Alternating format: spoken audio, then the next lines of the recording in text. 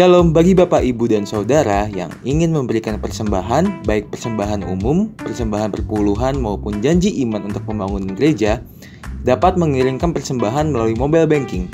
Harap mengisi keterangan pada kolom keterangan. Tetap terhubung bersama kami di media sosial gereja kita, agar Bapak, Ibu, dan Saudara dapat melihat jadwal ibadah online GBI Cililitan di Instagram @GBI Cililitan dan channel YouTube GBI Cililitan. Shalom saudara, sebelum kita memulai ibadah hari ini, mari kita bersama-sama membaca kitab Mazmur 91 dan mendeklarasikan Pentakosta yang ketiga sebagai tanda iman percaya kita kepada Tuhan Yesus. Mazmur 91, dalam lindungan Allah. Orang yang duduk dalam lindungan yang maha tinggi dan bermalam dalam naungan yang maha kuasa akan berkata kepada Tuhan, tempat perlindunganku dan kubu pertahananku, Allahku yang kupercayai. Sungguh, dialah yang akan melepaskan engkau dari jerat penangkap burung, dari penyakit sampar yang busuk. Dengan kepaknya ia akan melindungi engkau.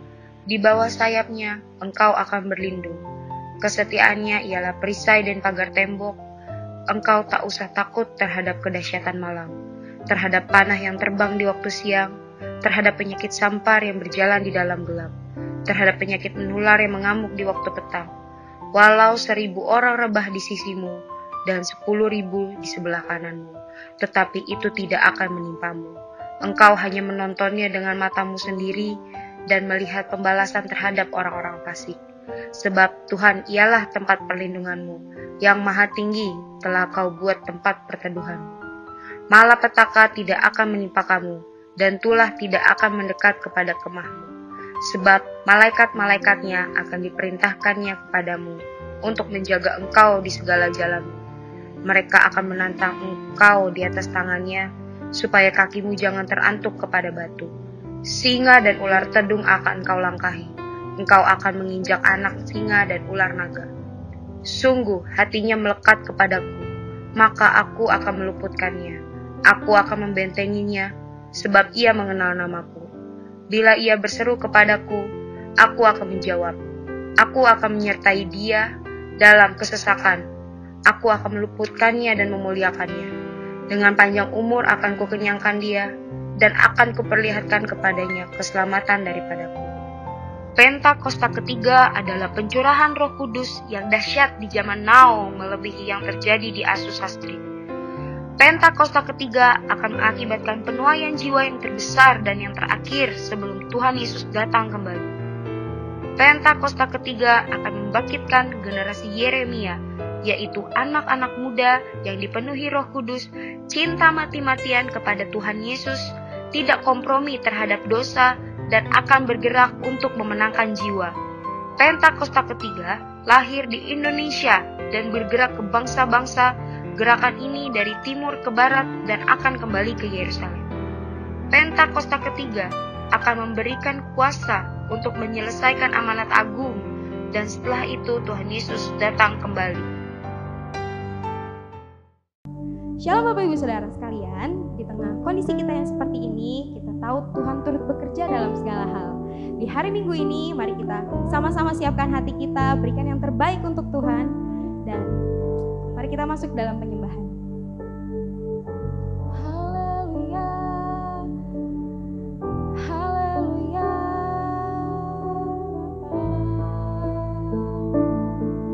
So here I bow to lift you high, Jesus, be glorified in all things.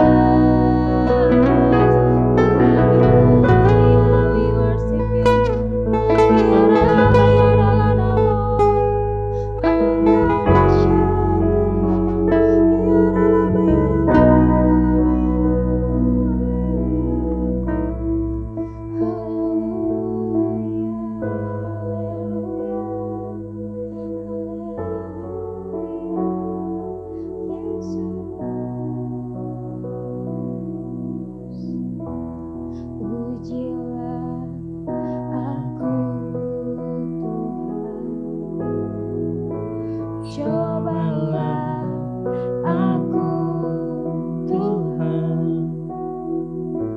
selidiki hatiku dan batinku, mataku tertuju padamu. Aku cinta padamu Tuhan, aku rindu hadiratmu Tuhan, aku ingin selalu dekat padamu, menikmati kehadiranmu. Ujilah kami Tuhan, ujilah aku Tuhan, yes Tuhan. Cobalah aku Tuhan, selidiki hatiku dan batinku, mataku tertuju padamu. Aku cinta padamu Tuhan, aku rindu hadiratmu Tuhan, aku ingin selalu dekat padamu, menikmati kehadiranmu. Kami nyanyikan Hosana, ku nyanyi Hosana bagi Rajaku yang duduk di tahta. Aku muliakan dan ku agungkan, Kau layak disembah. Ku nyanyi Hosana, ku nyanyi Hosana bagi Rajaku yang duduk di tahta. Aku muliakan dan ku agungkan, Kau layak disembah. Ku nyanyi Hosana, ku nyanyi Hosana bagi Rajaku yang duduk di tahta.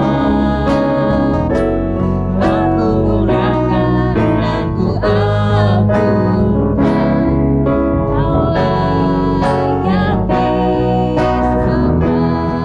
Ku nyanyi Hosana, ku nyanyi Hosana, yes Tuhan, bagi Rajaku yang duduk di tahta. Aku muliakan dan ku agungkan, Kau layak disembah. Haleluya, haleluya.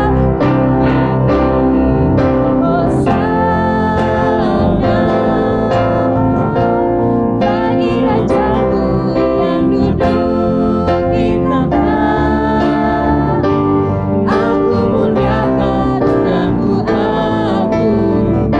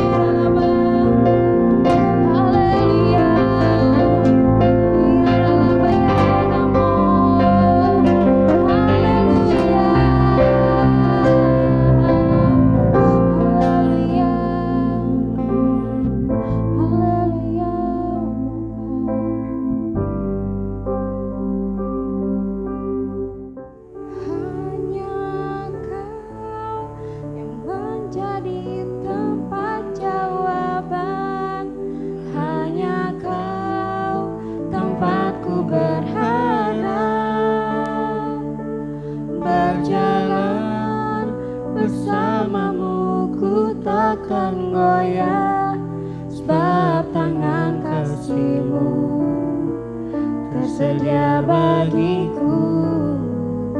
Selamanya Kau ku cinta, hanya Kau yang menjadi tempat jawaban, hanya Kau tempatku berharap.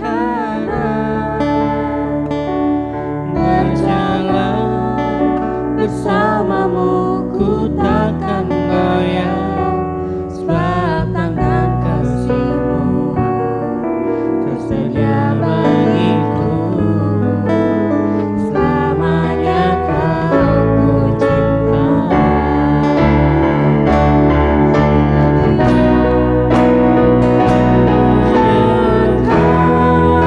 Yang menjadi tempat jawaban, hanya Kau tempatku berharap.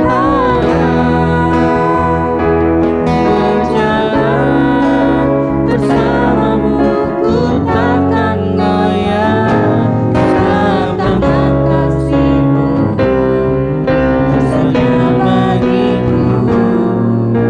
Selamanya Kau ku cinta, hanya Kau yang menjadi tempat jawaban, hanya Kau tempatku berharap.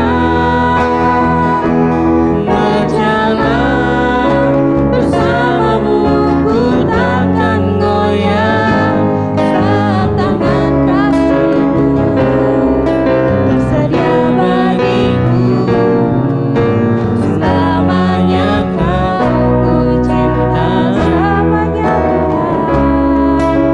Selamanya Kau ku cinta, selamanya Kau ku cinta. Haleluya, Bapa.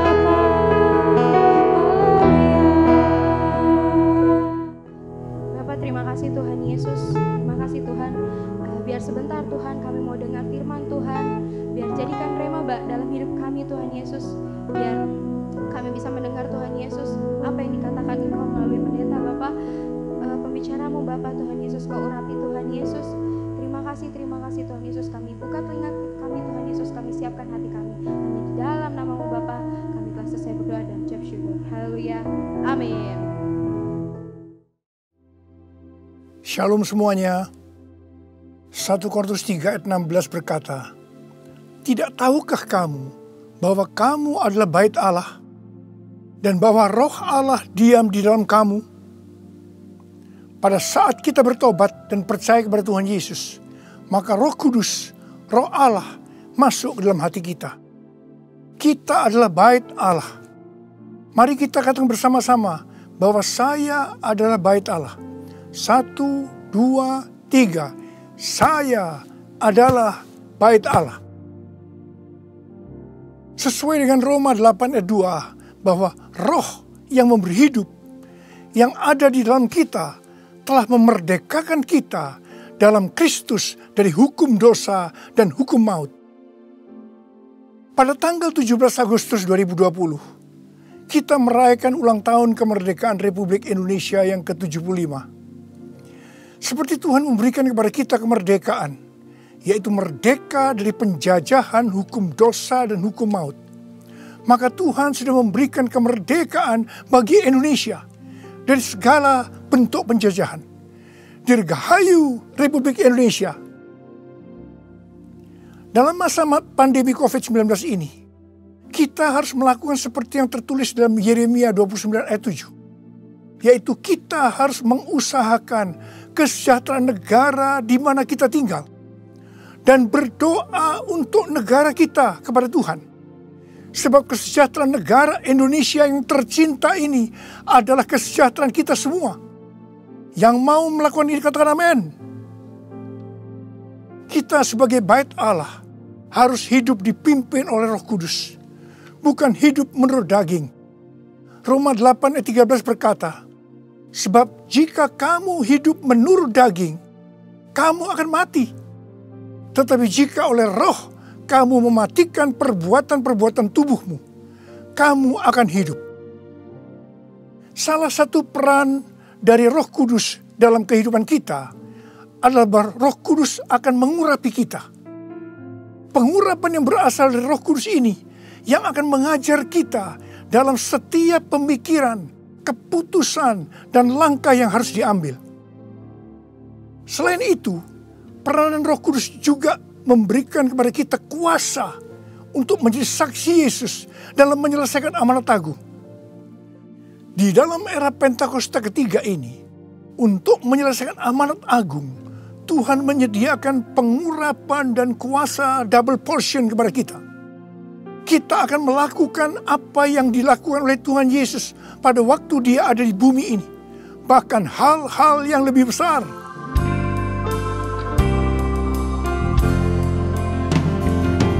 Anointing fall on me.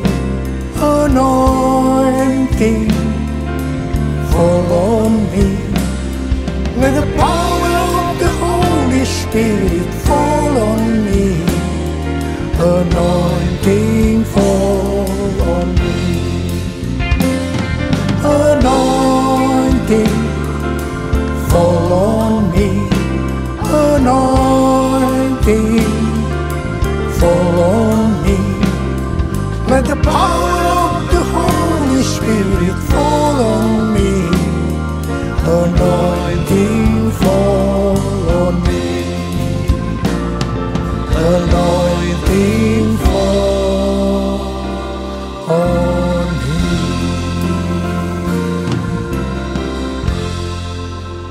Daud adalah seorang yang sangat mengasihi Allah. Daud merindukan untuk mendirikan bait Allah. Tetapi Tuhan tidak mengizinkan karena Daud seorang prajurit yang banyak menumpahkan darah. Tuhan mengatakan bahwa yang akan mendirikan bait Allah adalah Salomo anaknya. Meskipun demikian, Daudlah yang mempersiapkan segala sesuatunya untuk membangun bait Allah itu. Termasuk menyediakan emas, perak, tembaga, besi, kayu, batu permata. Daud juga yang membuat blueprint. Daud berkata bahwa Tuhanlah yang memberikan ilham kepadanya untuk memberikan petunjuk tentang segala pelaksanaan rencana itu. Secara pribadi, Daud juga mempersembahkan emas dan perak untuk pembangunan itu.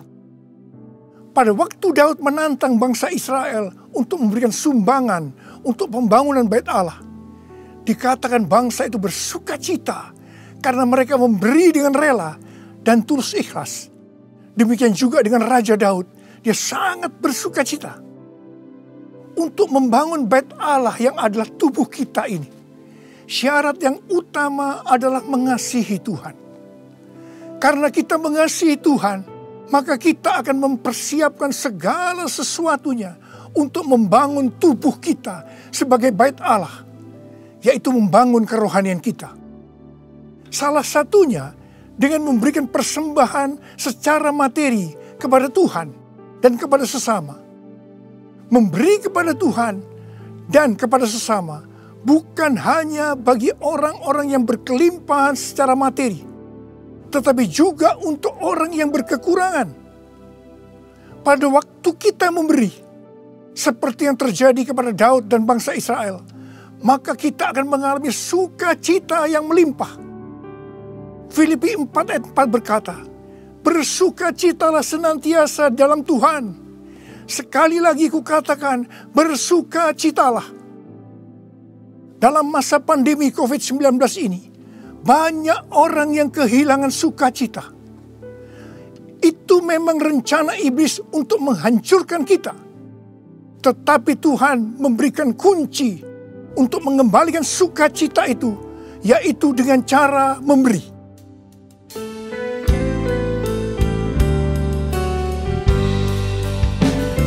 Jadikan aku bait suci-Mu yang kudus dan yang tiada bercela. Jadikan aku mesbah doamu bagi keselamatan bangsaku, bagi keselamatan bangsaku.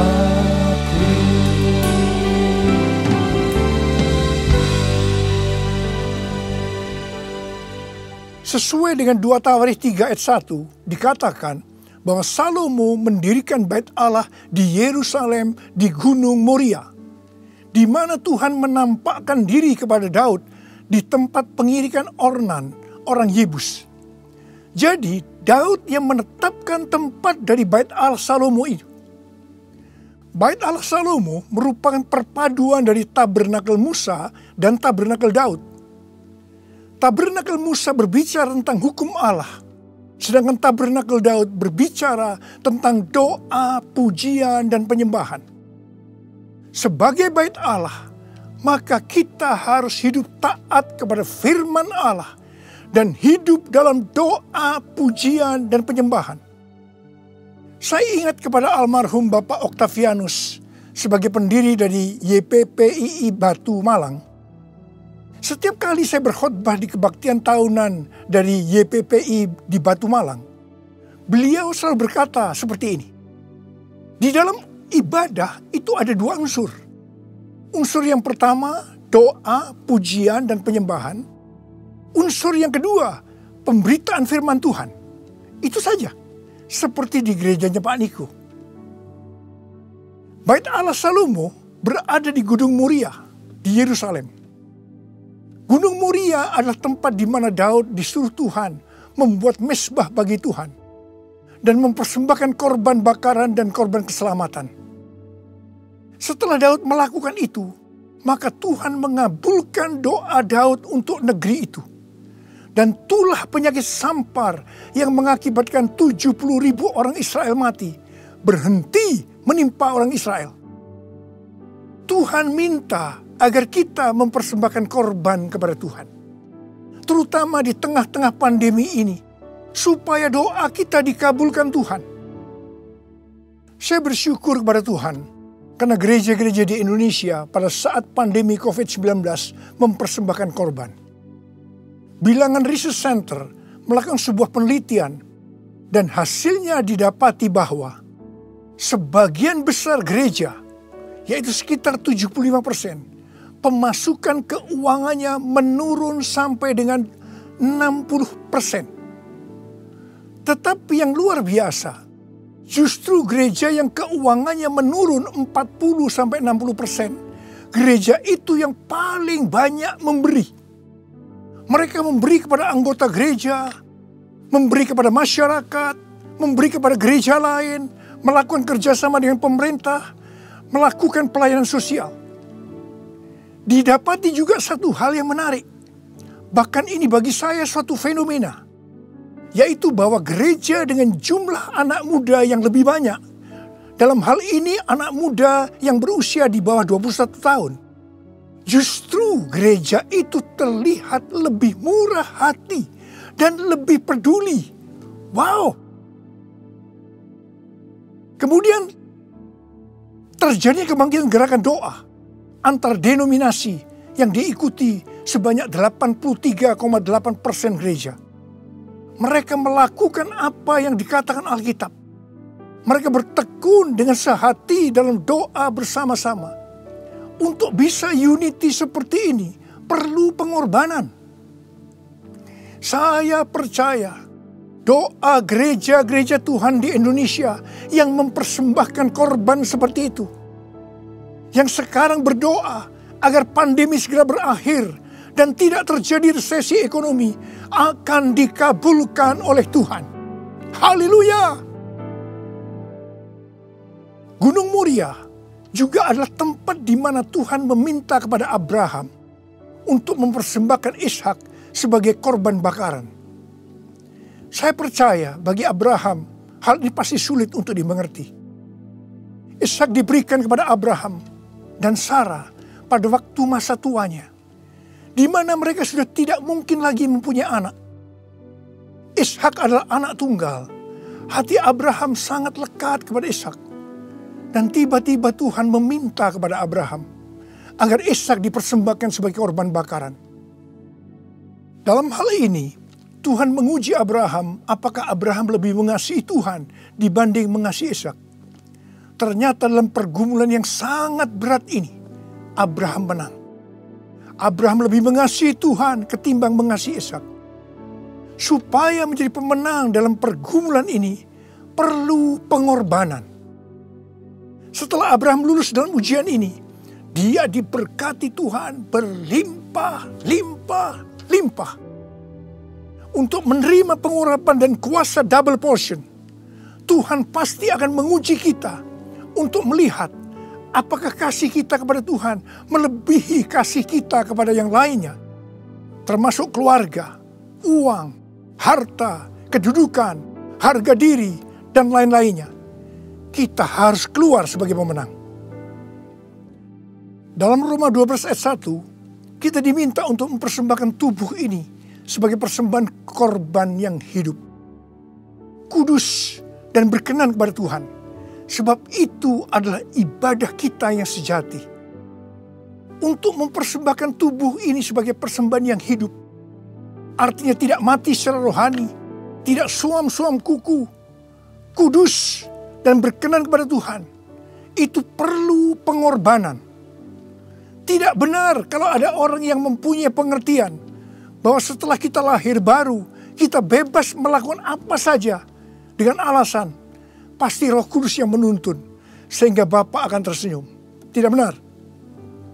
Justru kita harus berusaha sungguh-sungguh untuk mempersembahkan tubuh ini sebagai persembahan yang hidup, kudus, dan berkenan kepada Tuhan.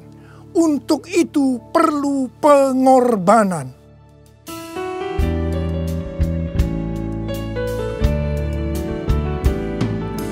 Bapa, ku persembahkan tubuhku sebagai persembahan yang hidup, kudus, dan yang berkenan padamu, sebagai ibadah yang sejati. Ku sembahkan Tuhan, ku sembahkan Tuhan, ku serahkan hidupku kepadamu untuk kemuliaan nama-Mu, untuk kemuliaan nama-Mu.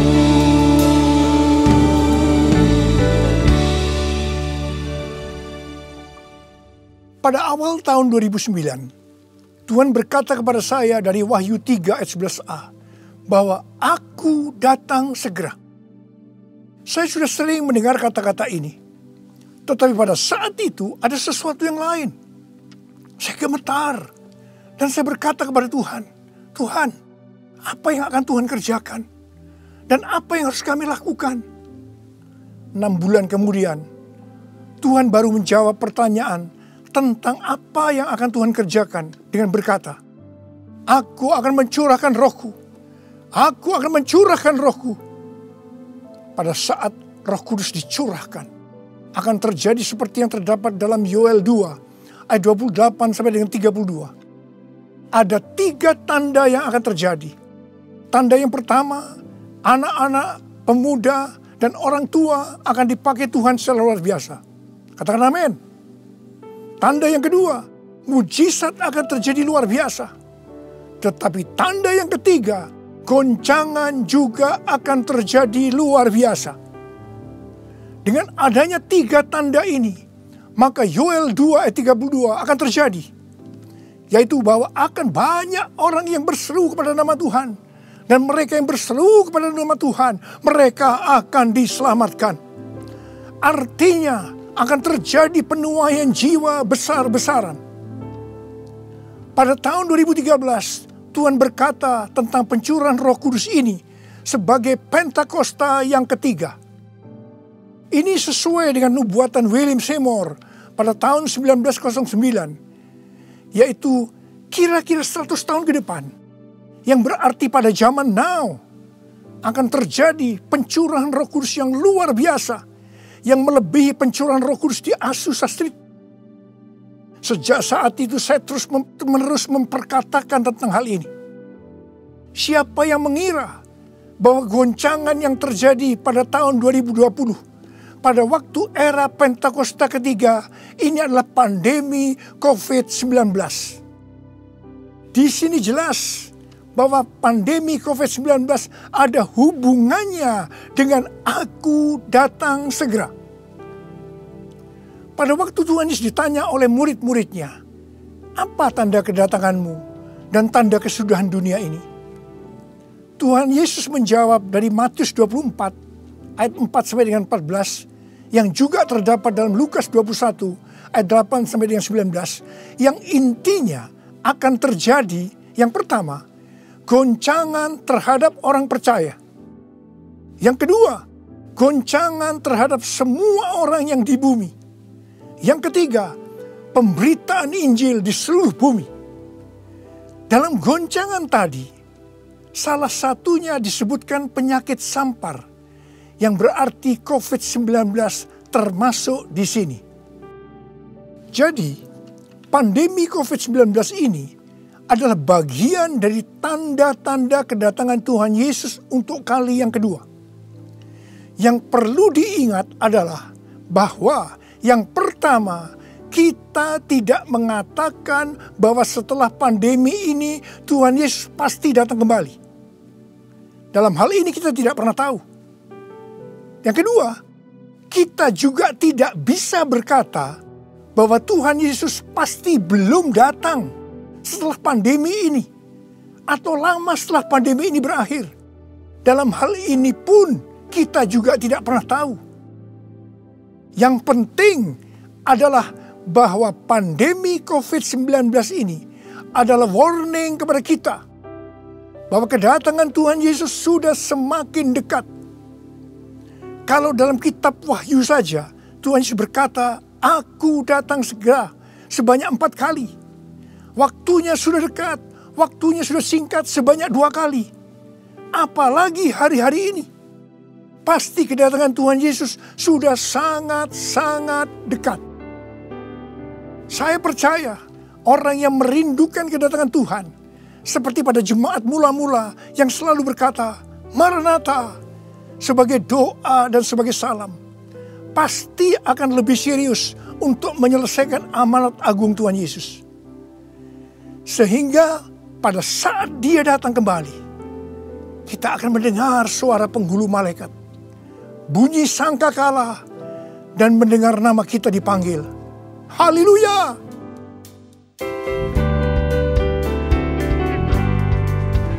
Kalau bunyi sangkakala, kalau bunyi sangkakala, kalau bunyi sangkakala, kalau namaku dipanggil ku ada, kalau namaku dipanggil ku ada. Siapa yang percaya pada saat nama kita dipanggil, kita akan mendengar panggilan itu? Boleh angkat tangan. Mari, saudara yang percaya, nyanyikan lagu ini bersama saya. Tak lama lagi kita bertemu Tuhan. Tak lama lagi kita bertemu Tuhan. Amin.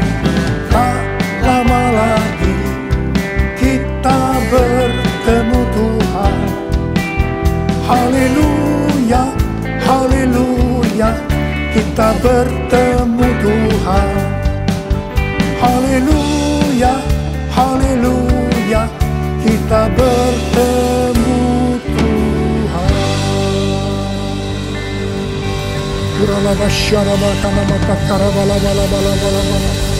Angkat tangan saudara. Berbahasa roh saat ini. Kuriala bala bala bala bala bala bala bala bala bala bala. Kuria bakana mayara la bala bala. Oh Yesus, Yesus. Tidak lama lagi kami akan bertemu dengan Kau Tuhan. Kau akan segera datang untuk kali yang kedua. Biarlah kami boleh mempersiapkan diri Tuhan. Kami berdoa buat anak-anak-Mu semua Tuhan. Pakai kami hari-hari ini untuk menyelesaikan amanat agung Tuhan Yesus.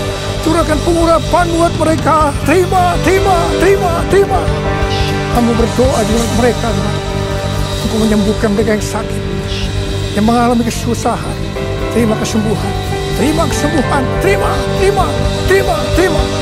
Ora labakana mayara labalabala. Ora bababa. Oh Yesus, Yesus, Yesus, Yesus. Oh Yesus, Yesus, Yesus, Yesus, Yesus, Yesus, Yesus. Mari saudara-saudara, kita akan masuk dalam perjamuan kudus. Kita akan mengingat ayat ini. Sebab setiap kali kamu makan roti ini dan minum cawan ini, kamu memberitakan kematian Tuhan sampai Ia datang. Perjamuan kudus adalah perjamuan Tuhan Yesus sendiri. Setiap kali kita masuk dalam perjamuan kudus, Tuhan Yesus selalu berkata begini, biarlah ini menjadi peringatan akan daku. Karena itu, mari arahkan hati saudara kepada kebaikan Tuhan. Kita akan mengingat kebaikan Tuhan. Mari tundukkan kepala. Tuhan, siapakah kami ini sebelum kami mengenal Engkau? Kami ini semua orang berdosa. Upah dosa adalah maut, mati. Tapi Engkau yang tidak berdosa telah dijadikan dosa oleh karena kami semua. Engkau harus turun dari sorga mulia. Mati ganti kami dengan penderitaan yang luar biasa. Sungguh kalau kami pikirkan Tuhan, betapa baiknya Engkau itu. Engkau jadikan kami sebagai anak-anak-Mu. Engkau tuntun, Engkau bela, Engkau berkati, Engkau lindungi kami. Engkau juga tegur kalau kami salah. Engkau sembuhkan kami Tuhan. Itu Engkau ya Aba. Itu Engkau ya Aba. Tuhan terima kasih. Terima kasih. Saudara-saudara, Tuhan akan memberkati saudara melalui perjamuan kudus ini. Tapi Tuhan mau kita makan dan minum perjamuan kudus dengan cara yang benar. Karena itu masing-masing. Sekarang introspeksi. Lihat keadaan dirimu masing-masing. Jangan menyimpan dosa. Kalau ada dosa yang Tuhan ingatkan saat ini, langsung minta ampun kepada Tuhan. Minta ampun, minta ampun. Ampuni saya Tuhan, ampuni saya, ampuni saya. Katakan demikian. Tuhan, Kau melihat anak-anak-Mu sedang meminta ampun kepadamu.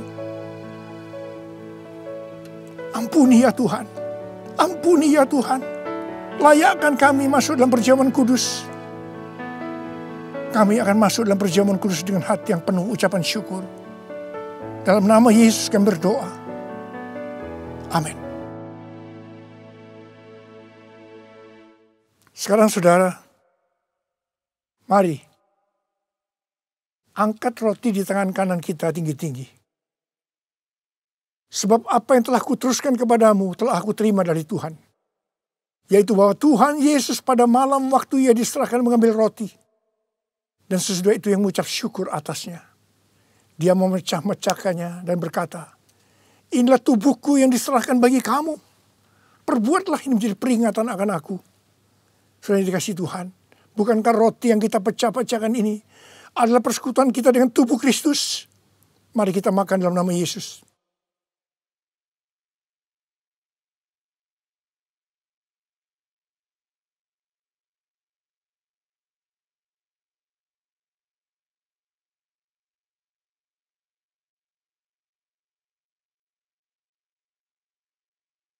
Sekarang angkat cawan di tangan kanan saudara tinggi-tinggi.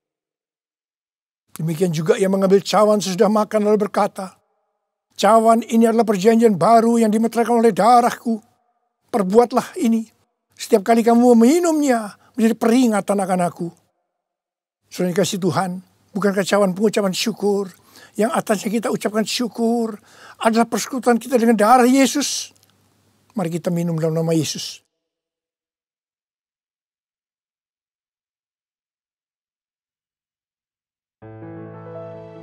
Oh, rara basyandara kana mata karabar. Mari angkat tangan saudara. Ucapkan syukur. Ucapkan syukur dengan suara, jangan diam. Tuhan, terima kasih ya Tuhan. Terima kasih ya Tuhan. Terima kasih ya Tuhan. Terima kasih. Ucapkan syukur pada Tuhan. Ucapkan syukur. Kami bersyukur buat kebaikan-Mu ya Tuhan, ya Tuhan, ya Tuhan. Kami bersyukur, kami berterima kasih kepadamu ya Tuhan. Terima kasih Yesusku, terima kasih Yesusku. Puji syukur hanya bagi Tuhanku. Terima kasih Yesusku, terima kasih Yesusku. Puji syukur hanya bagi Tuhanku. Terima kasih Yesusku, terima kasih Yesusku. Puji syukur hanya bagi Tuhanku. Terima kasih Yesusku, terima kasih Yesusku. Puji syukur hanya bagi Tuhanku. Puji syukur hanya bagi Tuhanku. Puji syukur hanya bagi Tuhanku.